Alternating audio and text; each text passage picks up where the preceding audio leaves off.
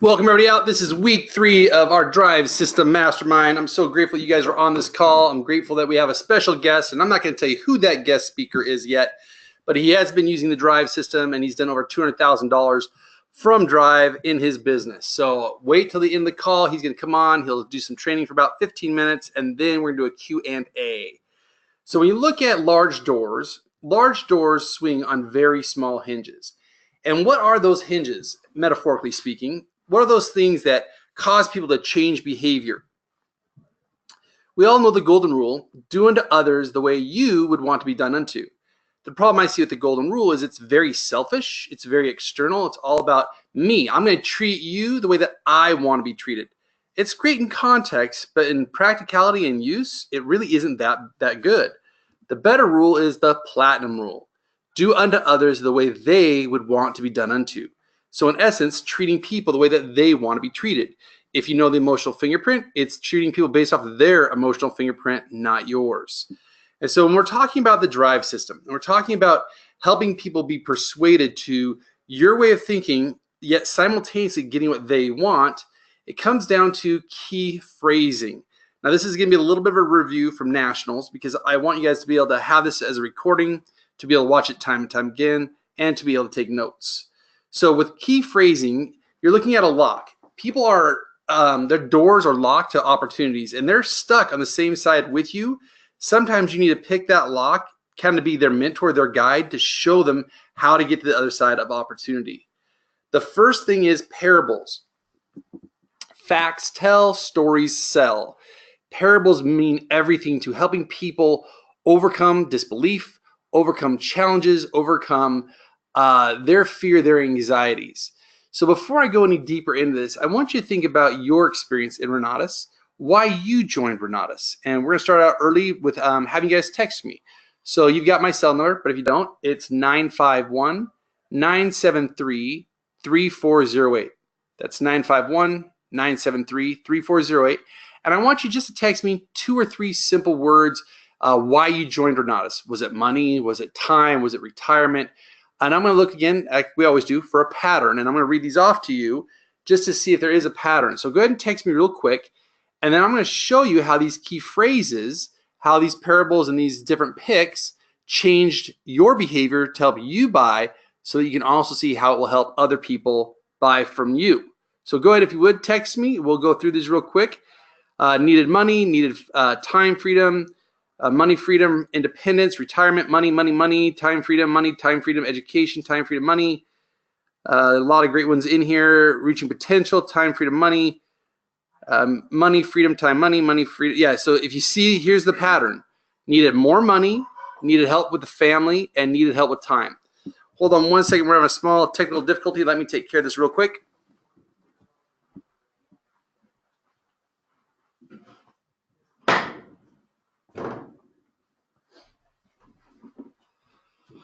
Yeah, so as I go through these, and thank you guys for participating. I love when you guys participate. As I go through all these, people wanted a community. They wanted relationships. So you think about the Drive. D is a director, so they want lifestyle, which is more money, more freedom. Relators want community. Intellectuals want systems.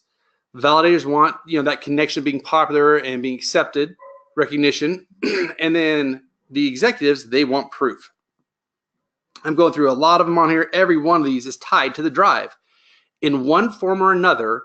I wish you could see these all. They're coming in beautifully. Every single one of these is tied in one aspect or another to Drive.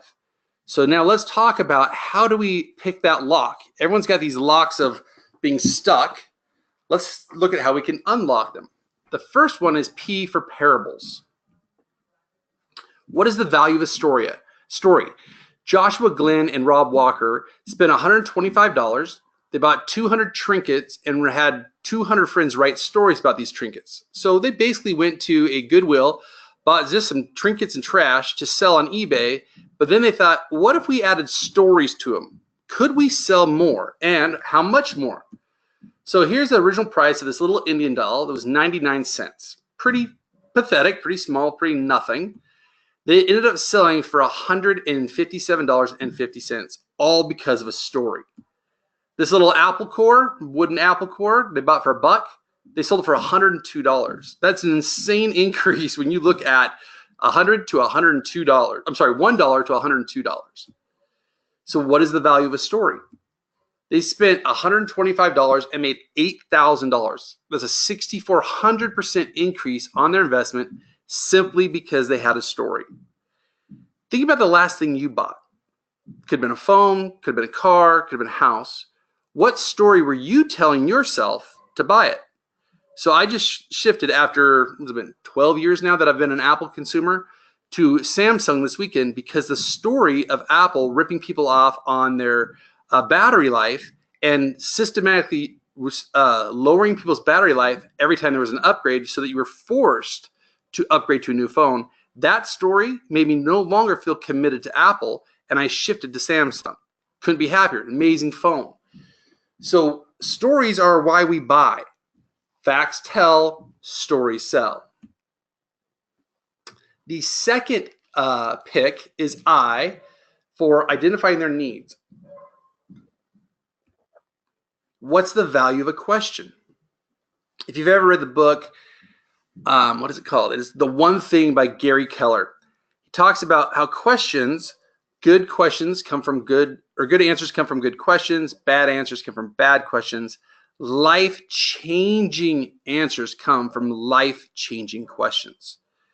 So when it comes to identifying needs, are you asking the right questions?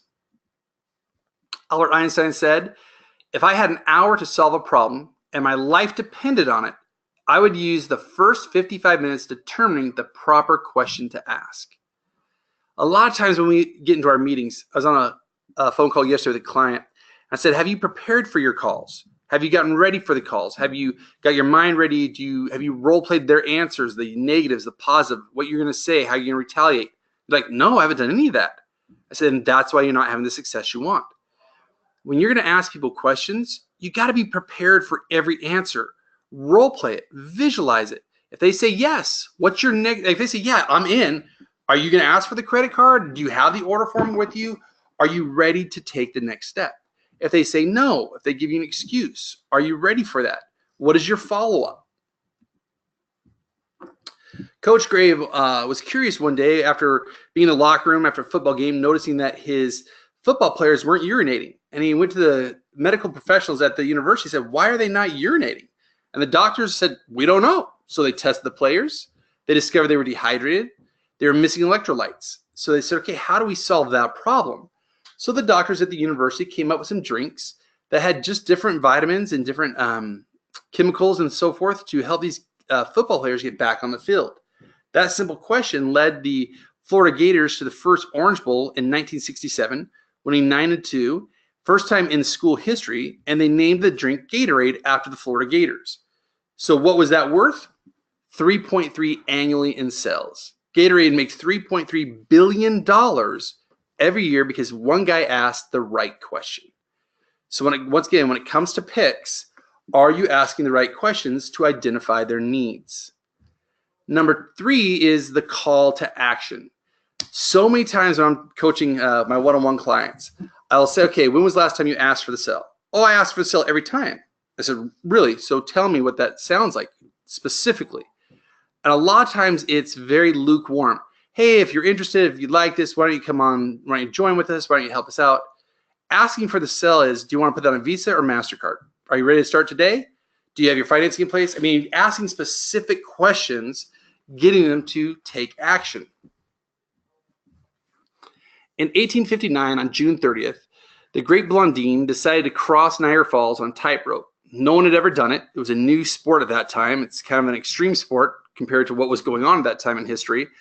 And about 2,500, or I think it was 25,000 people showed up. It was broadcast on the papers, the news. A lot of people showed up, and he said, do you think I can walk across Niagara Falls on a tightrope? And they shouted, we believe, we believe. So he does it to erupting applause. Everyone was excited. They saw a man cross Niagara Falls. He did it 8 more times. He came back with 8 more different days. He came back with a chair. He said, how many believe that I can take a chair out into the middle of this rope and balance it on one leg and stand upon it? And they go ballistic. We believe, we believe. He goes out there and he does it. How many of you think I can walk on stilts across this tightrope? Now there's about 50,000 people. And he goes out, they shout, we believe, and he does it. The last time he did it, there's about 100,000 people, and he had a wheelbarrow. He said, how many of you believe that I can push this wheelbarrow across this tightrope? We believe. He does it. He gets to the other side. How many would like to see me put a man in this wheelbarrow and push him across the tightrope? They erupt in applause, shouting, we believe. Said, which one of you wants to get in my wheelbarrow? Not one of them would get in the wheelbarrow. One man raised his hand and said, you know what? I won't get in your wheelbarrow, but I'll get on your back, and I will let you carry me across.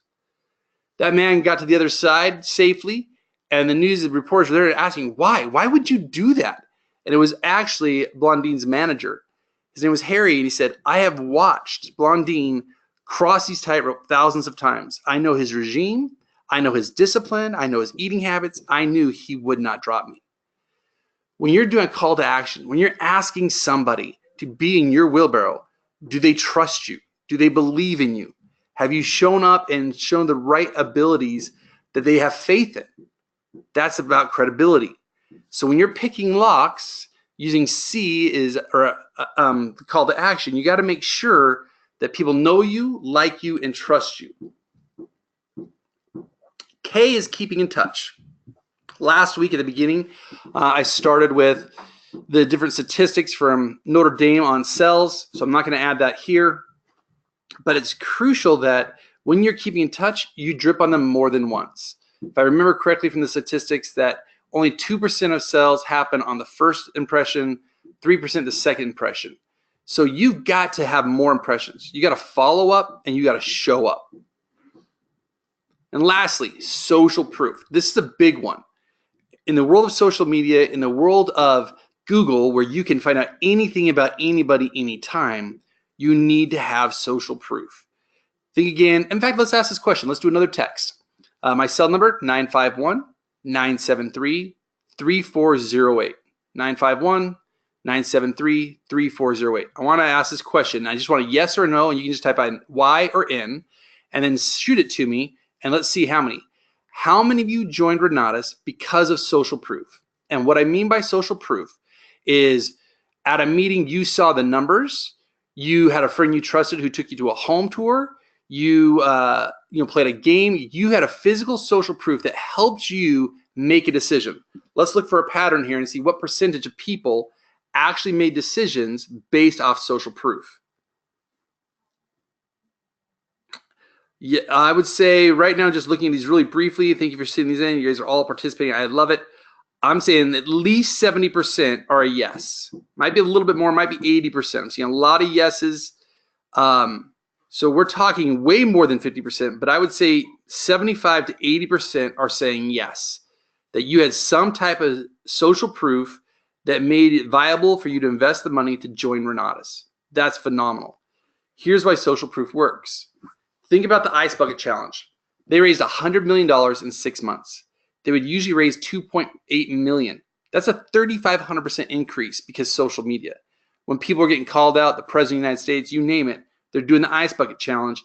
And most people didn't even know what the disease was. Honestly, when I talk to people, no one has any concept, but because of social proof and social pressure, they participated. I had the opportunity to coach an education company for elementary education. If your kid is in a school in Texas or Atlanta or in California, this company provides the education materials for those kids in that area. And they loved me. They wanted me. I did a dog and pony show for the CEO. I did a dog and pony show for the top salespeople, the vice president. And it came down to the very end for me to get this contract, and it was a very profitable contract. And one guy was holding it up for one simple reason. He wanted testimonials. Now, fortunately, I've collected testimonials over my entire career.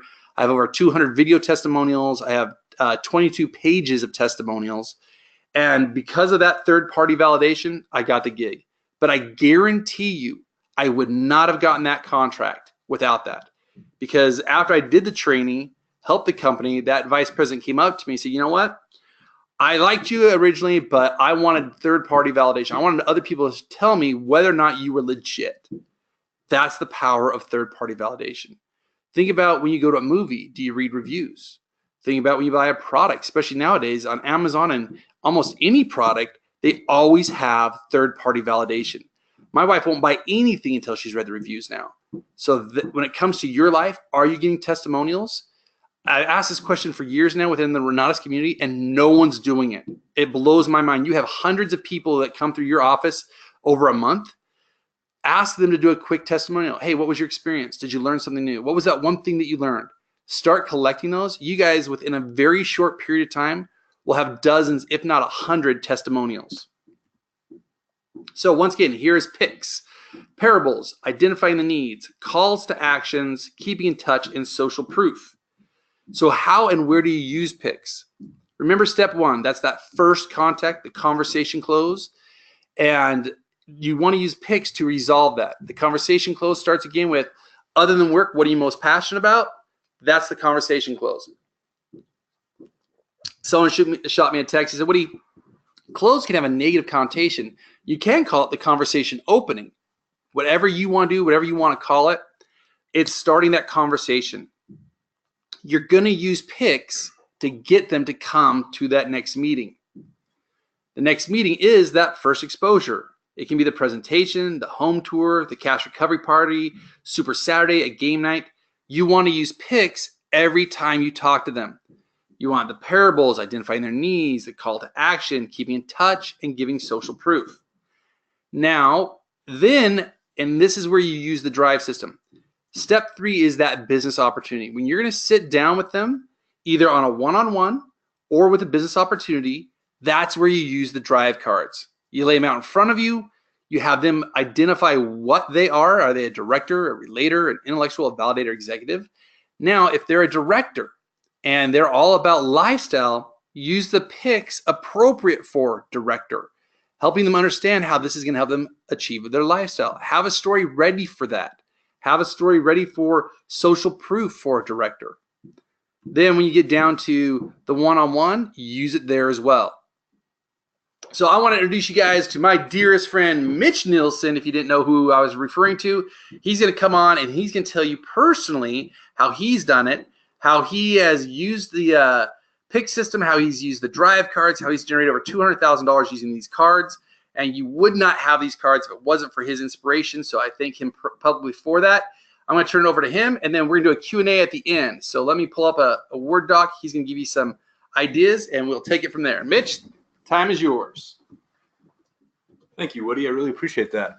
It's my pleasure to be here today. When Woody asked me to come and train you guys, I thought to myself, what can I share with you guys that would be new and would be information that you haven't received before. And I know I trained pretty deeply on the drive system at Nationals. And one of the questions that I've been getting from people as they've been using the drive system, they say, hey, I'm starting to understand how to use the drive system and what to do when I'm sitting down with people. But one of the problems I'm having is getting in front of people. How do I get people in front of me so that I can use the drive system? So I wanted to tailor my training this morning to that question. And if you have questions along the way, feel free to text Woody.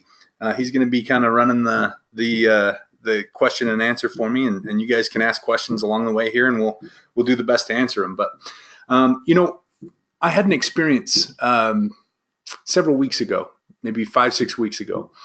My pipeline had dried up a little bit, and I was struggling with people to meet. I was having the same problem that some of you have shared with me, and that is I didn't have people to sit down in front of. And here in Utah, we've discontinued, Renatus has discontinued our ability to use bandit signs just because of some concerns with different local cities and whatnot. And that's been going on for about a year. And so 5 or 6 weeks ago, I texted Bob Snyder and I asked him if we could go to lunch. So Bob and I went to lunch and we sat down and I said, Bob, I think it's time to bring back signs. I looking historically, like Coal Market, it's the best way to generate leads. And he said, we're not going to do that. And I was disappointed, and I kind of looked at him like, well, what am I supposed to do then? And he said, I think you're forgetting something that has been very powerful and that we built Renatus on the first place. He said, go back to your 10-step training and watch the training on 200 names. So I went back and I watched this training, and I developed a strategy and a system around the 200 names training that I want to share with you guys today, because it's really given me it's refilled my pipeline, and it's given me quality people to sit down with. The problem with signs is the people weren't quality. I was spending a lot of time sitting down with people that just didn't qualify for Renatus. And so this 200 names training has given me a lot of high quality prospects to meet with. So I want to go over a couple of things with you. Here are my numbers using the drive system. So I learned a couple of things. So we have two different types of prospects. We've got warm market prospects and we've got cold market prospects. Now, what I found was that warm market prospects are hard to get to meetings. Now, a lot of that has to do with your mental mindset. So cold market prospects, they're easy to get to meetings. Here's the difference. When a cold market, for example, if you don't know the difference between warm market and cold market, warm market's people you know. And the nice thing about the Renatus comp plan is it can also be people that you don't know, but people that your team members know that they could potentially pass up to you as a bucket sale, or you might get an override from. So anybody that has a relationship of trust within the Renatus community, that's warm market. Cold market are people that you don't know, people that contact you because they've seen your marketing. For example, someone calls you off of a drop card or a sign or a flyer, and they say, hey, your flyer here said that I could learn about real estate investing. And you say, yeah, come to the Thursday meeting. And they say, okay, I'll be there. That's pretty easy, right?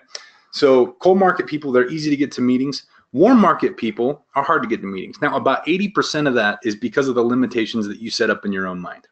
You think to yourself, well, I have to be successful with real estate before I can invite any of my family or friends. That's bull. I'm sorry. I've heard that excuse so many times.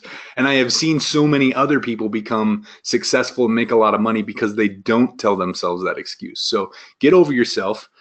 Stop telling yourself stupid excuses, and just go out and invite. Now, the other 20% of it is, yeah, I mean, your dad or your brother, they may have that, a little bit of that, well, I want to see you be successful, or 20 grand, like you're crazy for spending 20 grand. It doesn't matter. Once you get these people to meetings, here's the thing. They're easy to close. Oops. Let me fix that. Easy to close. Okay. Cold market people are hard to close. Here's why that difference exists. It's one simple thing, and that is trust. Warm market people have a relationship of trust within the community, whether that's you or whether that's the person that invited them down that they'll roll up to you. They have that relationship of trust, and once they see the value, they have a much higher tendency to join. And I want to give you an example here. So Woody, I'm gonna use you for a sec, okay? So Woody, I need you to give me 20 grand. Well, the problem is I trust you, so I would give you 20 grand. Play along with me here. Okay. All right. I need you to give me 20 grand. Just give me 20 grand. No, I'm not going to just give you 20 grand. Why would I give you 20 grand? It doesn't matter. Just give it to me. There's no way I'm going to give you 20 grand. What's my security? What am I getting for it? What's my ROI? What's the benefit to me giving you 20 grand? Nothing. Just give me 20 grand. No. I like it, but no. Okay.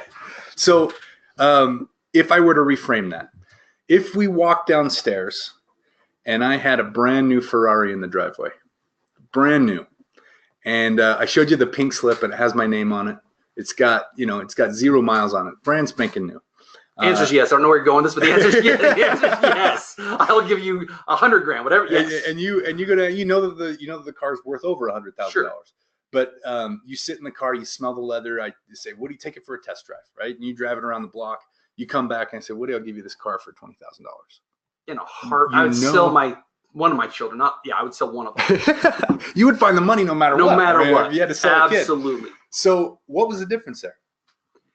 The difference is the value equation, meaning what I'm getting in return for my $20,000 investment. Yeah. And it's also the tangible scratch it, sniff it, smell it, feel it, where this is tangible. Like I can see it. Yeah. In fact, here's a true story along the same lines. Bob had a gentleman that I referred to him who asked him for 150 grand. And it's for an investment. It was a good, well, it's a lukewarm investment, we'll put it that way. And Bob went through that same idea. He said, okay, do you have this? Do you have this? He's like, no. So he said, what you're telling me is if I give you 150 grand, I get nothing in return. He's like, well, yeah, but I'm good for it. And Bob's like, no, you're going to have to leave now. Like, I can't help you. And this happened last week.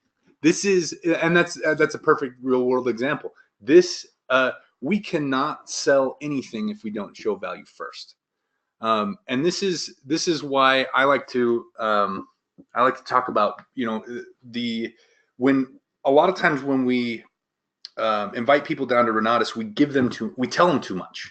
We tell them, oh, I spent $20,000 on this education, and it's going really well, and I'm learning how to invest in real estate, and by that time they're like, $20,000. There's no way in heck I would ever do that. Like I'm not going down to this stupid meeting. I don't want to know what you want $20,000 for. So I'm going to show you guys a way that I've a script that I've created to help show that value before you ask them for the $20,000. Now, let's jump back to statistics real quick before I jump into that, because I forgot to show you my my ratios here. So warm market is easy to close. My close ratio is about 50%, which is huge. It's huge. Yeah. Well, this is because of the drive system, right? I mean, the drive system has been what's really, because now I can communicate with everybody, right? I know how to speak their language. And even with cold market, even with the drive system, it's still only 20%. So here's what that looks like. If I want to, let's do invite, show up, and buy. If I want to sell 4 combos, if I'm uncertified, I bought an Extreme Plus combo, I'm unqualified, and I need to qualify, and I want to sell 2 combos to pay back the cost of my education, I will make $21,000 by selling 4 combos. Okay. Here's the thing. You have to have 8 show up to the meeting to do that. That's, for me, what that looks like is that is a Thursday meeting and a one-on-one. That may look slightly different for you depending on the market you're in, but I need them to go through the system. For example, people that are in Scott Rowe's organization, you have the BIF system. That's a 3-step system. Mine's a 2-step system. Regardless, you need 8 people to go through the system for 4 to buy if you're using Drive appropriately. Okay, which means I need to have 16 people invited with a commitment to come to the meeting. Okay, this is just how it works. If you invite 16 family and friends, 8 will show up, and 8 will have emergencies and problems and things, of course, right? That's just what happens. So 16 invited with a commitment, 8 show up to Thursday and go through the process, and then 4 buy. Well, let's run the numbers on cold market at 20%. So we have invite, show up, and buy. So if we want 4 to buy, that means that we have to have 20 show up to the meeting and go through the process. That means that we need to invite 100 with a commitment to come down to Thursday. 20 will show up and go through the system, and 4 will buy. So it's a lot more work. Cold market is almost a full-time job in comparison. So there's a much higher close rate, and your close rate. I mean, I've been a salesman my whole life. I've got a lot of skill and a lot of talent. But if you feel like you're just new and you're coming into this, your ratios might be a little lower, but the difference is going to be the same. Cold market, you will close less. Warm market, you will close more using the drive system. Now, let's jump back to this. Value must be shown first. Let's jump back to my Ferrari example. You do not want to jump in and tell these people, look, I spent 20 grand on this education, and it's great. Just take my word for it. Come down, look at this meeting, see if you want to spend 20 grand. They're not going to do it. They don't have enough value to see that. So here's how I create that value. Okay. A couple of things that I want to share with you. I created this. So based on Bob's training, what I do is I have each of my team members create a list of 200 names. I do not have them spam 200 people, and I don't have them, I don't have them even contact all 200 people. What the 200 names list is, and it's an extraction activity. we tend to think in groups of people. So if I told you to list me off a list of 5 people, Woody, and the first person, I give you the first person is your brother. Who are the next people you're most likely to list on that list? My siblings and family. Exactly. You think in terms of groups of people. So you may think of your brother, and then it's sister, dad, mom, uncle, aunt, grandma, grandpa, right? And then we go into the next group. All right, now I need coworkers. You got your coworker Bill. Oh, well, I also have a coworker Allison, and Betty works there, and Dave works there as well, right? So the 200 names list is an extraction activity.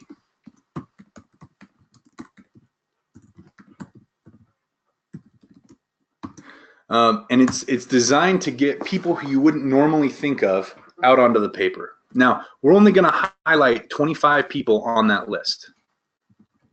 If I just gave you the assignment to go write 25 people, your list would be totally different than if you did 200 people, and then you go back through that list and you identify the top 25 people that you want to work with. So there's 2 things that I want you to write. Once you highlight those 25 people, I want you to write 2 things by their name. And we're going to go back to the platinum rule that you shared for the first one. The platinum rule was? Do unto others the way that they want to be done unto. So treating people the way that they want to be treated. So you're going to write down next to their name their preferred contact method. Not your preferred way of reaching out to them, their preferred contact method.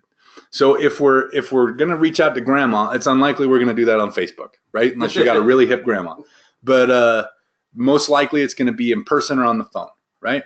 But there might be some friends that you would reach out to on Facebook Messenger or text, and maybe some business associates that you would email that would prefer that you email them instead of other methods. You've got text, phone call, in-person, email, and Facebook are your are your ways that you can reach out. I want you to write next to each of the 25 people that you highlight their preferred contact method. And sometimes you may have to guess, but that's okay. Just reach out to them in the way that you think they want to be contacted. Then the second thing I want you to write is what you think their intrigue point will be. I'm going to give you intrigue points right now.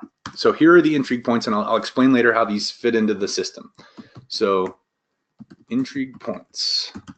First intrigue point is how to pay off debt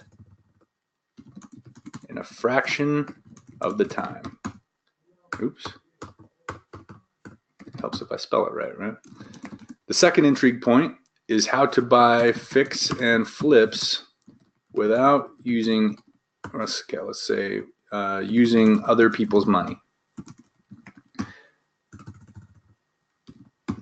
Okay, and the last one is how to buy rentals using other people's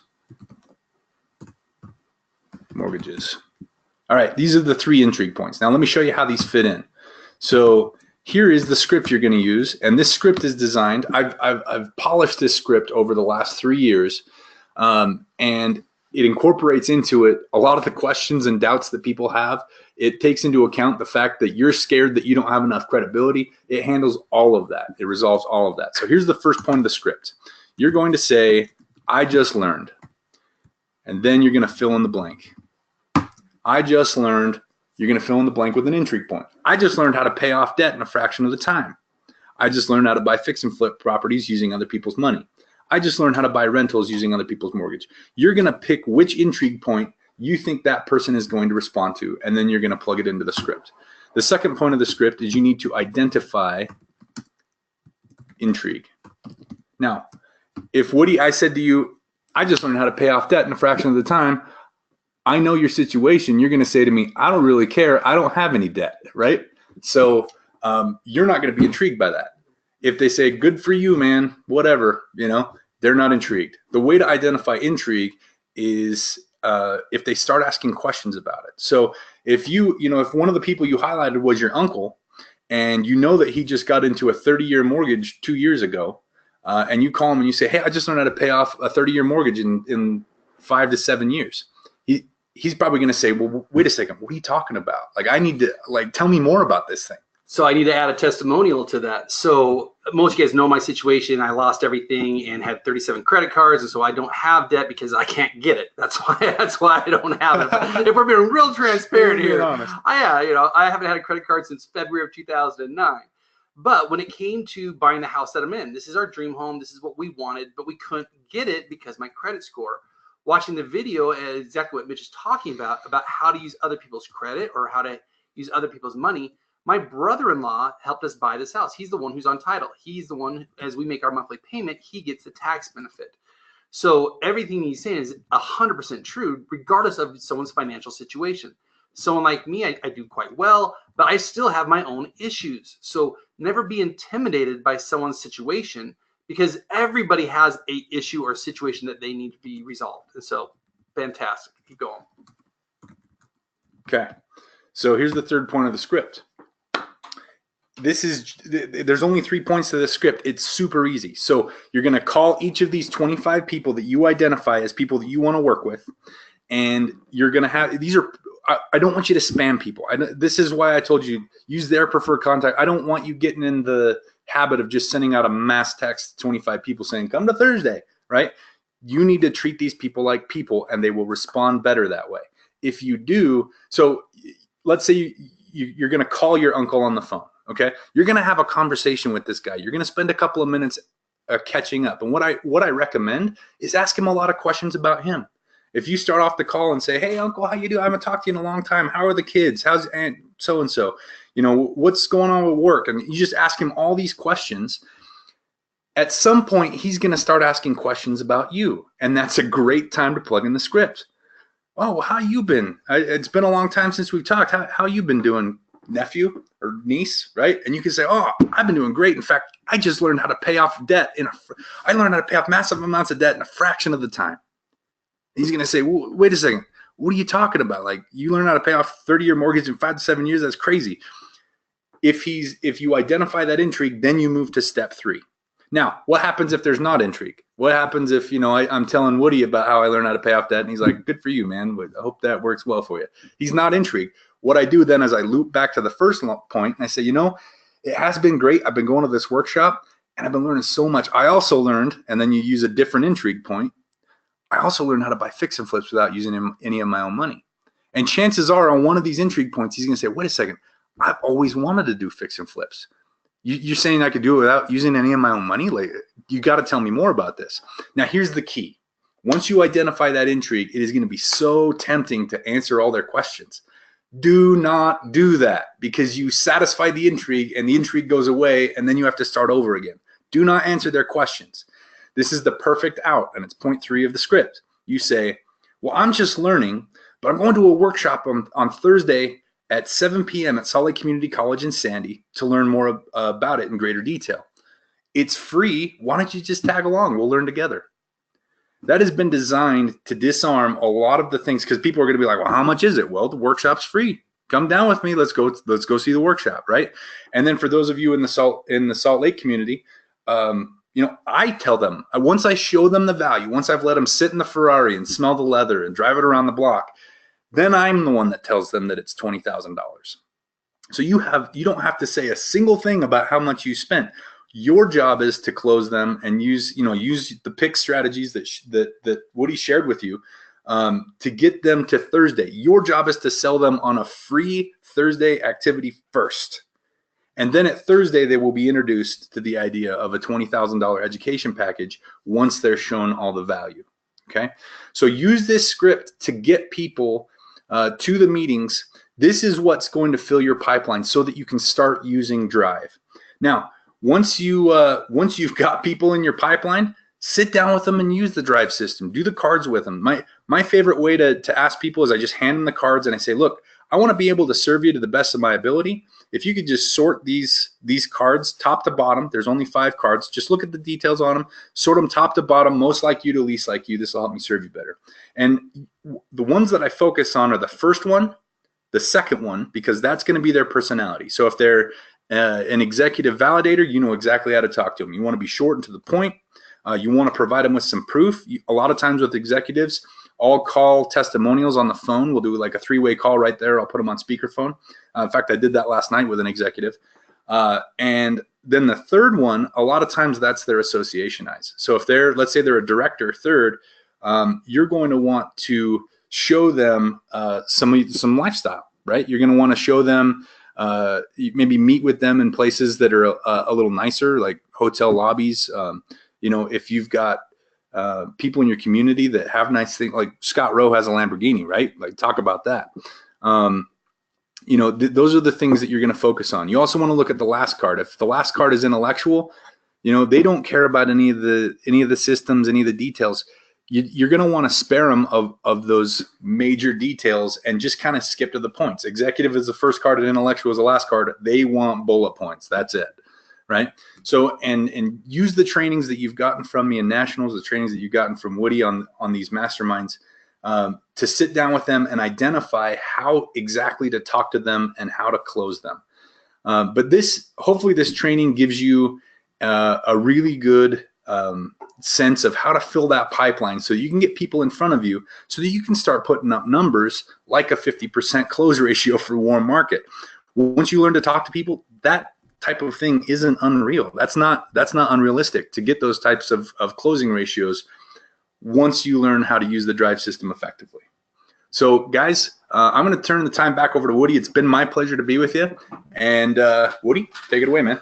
Awesome, Mitch. Thank you so much as always. I can't thank you enough. I also want to thank Lauren, who has been so amazing in designing everything from the Velocity banking cards to the drive system, and as well as Matt Upton for the Velocity banking game website. A lot of you guys have been sending me texts about the Velocity banking game.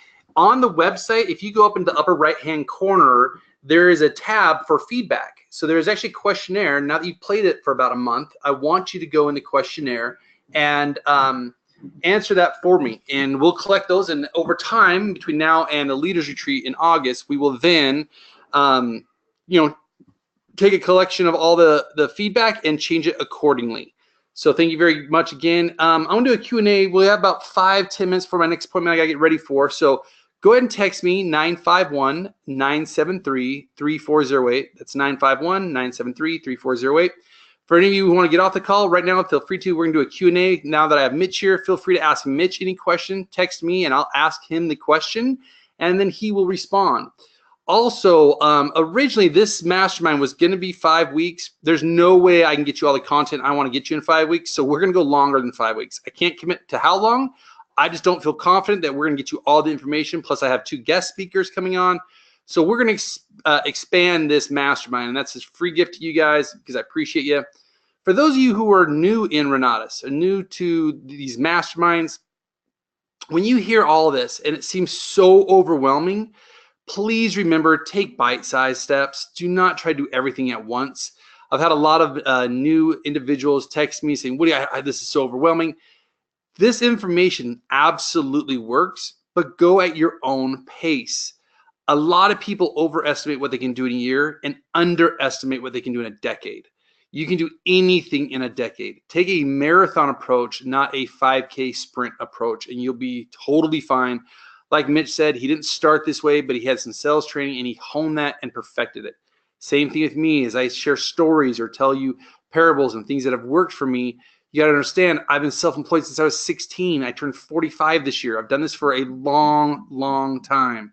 But we all start at the same place, and that's at the beginning. So please go ahead and text me any questions you have. We will answer those questions, and I'll bring up Mitch again, and we'll ask some. We got some great questions here. Oh man, we got lots of questions. I will try to do the most of these as I can.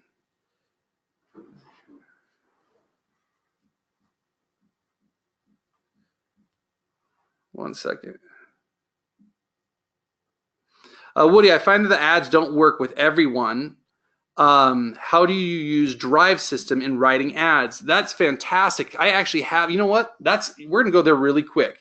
On the PowerPoint, let me open up one. I've taught this in regional trainings, but I'm gonna pull these slides up just so I don't have to email all of you guys this. You'll have it. But we actually have written scripts for ads for based off of drive. So give me 1 second. Drive advertisements, here it is. So if you want to attract directors, now remember, the majority of Renatus members are directors and executives, directors and executives.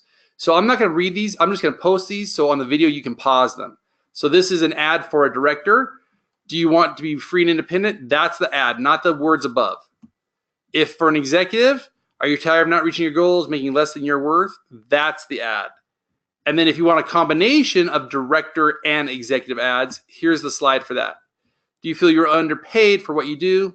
So go ahead and pause those and you'll have access to them. Will you have access to the training after the 5 weeks are up? You will always have access to this training. It never goes away. The website for Velocity Banking, velocitybankinggame.com, velocitybankinggame.com. That's where you get the scorecards and the instructions to play the game, as well as give the feedback. Question, this is for you, Mitch. What was the content of your bandit signs? Well, the content that I used to do, I have recently found out is no longer compliant. So I don't think that's going to help you very much. I used to do the old Real Estate Investor Seeks trainee, but that's not a compliant ad anymore. So I know that Nicole is working on, Nicole, who's the general counsel for Renatus and also over the compliance department, is working on some new verbiage that we can use on signs to get out. So definitely don't use that. I'm going to tell you, the training that I just gave you is infinitely more powerful than any bandit signs that you're going to go put out. So use the training I just gave you instead. How can someone execute the drive system while using an online system? I'm going to answer that, but I also want you to answer it. Okay. To me, the drive system, like we just showed on the PowerPoint, you can use that for the advertisement, which is probably, is similar to that conversation close. What are you passionate about? Those kind of questions. But when you get to the one-on-one, that's where you physically pull out the drive cards. All of you should have the drive PDF. So if you have friends who are out of state, family members, you can send them the drive PDF, have them select it, email it back to you, or take a picture of it and send it to you. Mitch, do you have anything to add to that? No, I think that's good. Going through some of these questions real quick. Thank you, everybody. These are fantastic.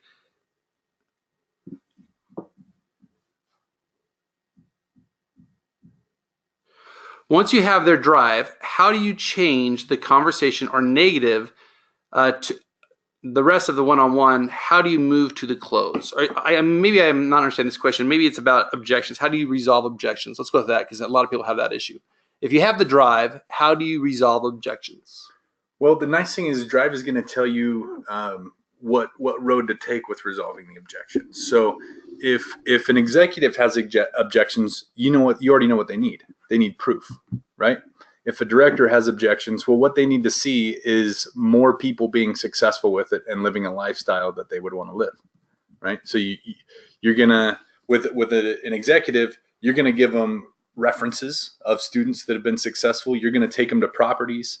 You're gonna show them physical proof that it works, regardless of what the concern is, right? With an intellectual, you're gonna more often than not, you're gonna crack open the back office and show them how some of the education is formatted, and maybe play a little bit of it for them so they can see that there's an actual system to their learning process.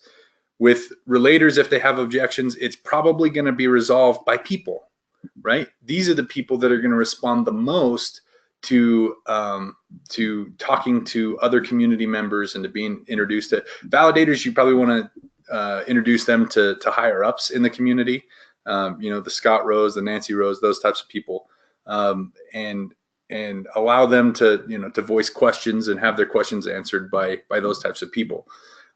So any objection can be broken down to their drive system and then resolved by simply doing what the drive system dictates. Perfect. Quick question. Someone is not on your team. Do you have any other training that they can plug into? Is there any way to access any of your trainings? Because I run my market so locally, I'm really bad at recording my trainings and putting them up. But this 200 names training is actually part of the 10-step. So you can get into the 10-step and get it taught by, the master Bob Snyder, who taught it to me. So hop into your 10-step on your back office under the trainings tab. One more question. We'll end on this one. Let me find another question. I apologize, guys. I can't get to all the questions. I really wish I could. Let me see if I can grab one that will be most universal for everybody else. I think this is one really does apply to a lot of people. I have no sales background. As a validator intellectual, how do I relate to people who are not like me? I think that's a good universal question. So in essence, let me kind of change a little bit. If someone's new, if someone's getting started, how is there a good book? Is there a good training? What do you recommend for people to become more vivacious, open-minded, and being able to talk to other people? You know, there's some trainings that I love, and there's some books that I love, and I'm going to share them all with you. I think it's a great foundation to start building your sales skills. And skills are something that we can all learn. I mean, sales is not something that I was great at when I started. I was terrible at it. In fact, I'm reminded of something that Bob Snyder said on the Pack call yesterday. He was watching Jimmy Kimmel the other night, or not Jimmy Kimmel, what's the other, Jimmy Fallon. And he asked his guest, how many years did it take you to become an overnight success? Right? And it's so funny because we look at people, you know, like Scott Rowe and Michael Huggins, and we think, well, this person was just an overnight success. No, you know, me specifically, I was a terrible salesperson when I started. I mean, I had a sales job for 8 months. I didn't sell a single thing in my early 20s. Like that, I got fired from that job because I didn't sell anything. I was so bad. But what I did is I just started honing my skills. And some of my favorite trainings that I've listened to over and over and over again that helped me hone those skills was Jordan Belfort's Straight Line Persuasion. That's huge. That has so many fundamental principles in it. It's amazing. Listen, buy that thing, listen to it 100 times if you can. It's an incredible training. He just released it in book form. It's called The Way of the Wolf. So you can, if you prefer a book rather than a training, you know, Way of the Wolf is a great book. Grant Cardone is somebody that I follow a lot, and I think his Closer's Survival Guide also has a lot of great fundamentals in it. That's something I would read over and over and over again. Pitch Anything by Oren Klaff, great book. It talks a lot about psychology. It fits perfectly into the drive system. It talks about how you have to appeal to their more baser senses as well as their higher and more intellectual senses. So I think those trainings are fantastic, and that's where I would start. And just once you're done, like you know, kind of expand your horizons and go out and read more stuff, but also reread those trainings on a frequent basis. I'd read them and take them at least once a year. All right, Mitch, thank you so very much. Thank you, everyone who's been on this call. You guys are the best. I appreciate you, and we will talk next week. Keep it up, and we'll talk soon.